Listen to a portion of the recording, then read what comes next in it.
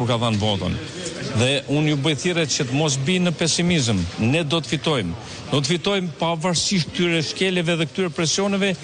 Shqipëria do t'u kthehet shqiptarëve. Nuk mund ta marrë më bandit, as hajdut, as mashtrues, si Edi Rama që 12 vjeç i ka detyruar njerëzit dhe sot i vjedh prap votat.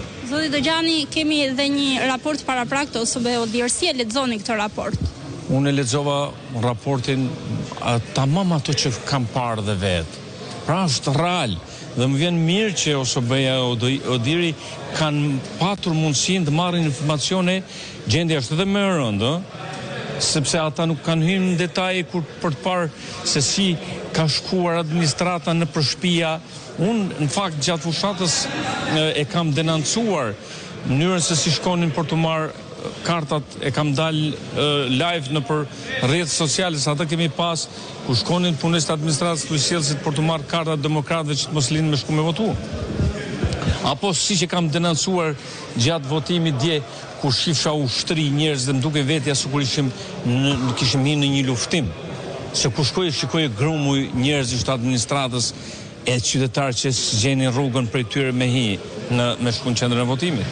Kështu që e vlerësoj dhe i falenderoj shumë përfaqësuesit të OSBE Odirit, të cilët kanë paraqit gjendjen reale, aqsa gjendja është edhe më rëndë, por aqsa kanë mundur, kanë pa, por në fakt është reale ata çfarë thonë OSBE Odiri. Dojani, aktualisht këto zgjedhje ne duhet këto zgjedhje me kaq shkele flagrante nuk duhet njehen. Për mua, personalisht, nuk duhet njehen. Duhet ta marrin fatin qytetarët në dorë, jo të mashtrojnë. Që 20 jemi në vitin 2025, mos bëjmë zgjedhje të lira. Çfarë duan qytetarët shqiptarë? Shkojnë kutinë e votimit pa intimiduar, votojnë me ndërgjegje, votojnë këtë duan, por jo në presion, jo në kërcënim, jo me bukë në gojesh, jo administrata është detyruar. Shkojnë në qendrën e votimit, të votoj për këta. Shumica e administratës, sepse edhe administrata nuk ka qenë e lirë. Është përdor makineri e madhe shtetërore për këto zgjedhje. Si hiena, si çakej, duke shkuar, duke intimiduar njerëzit në përshpia për të marrë votën. Zoti Dojani, ndryshe nga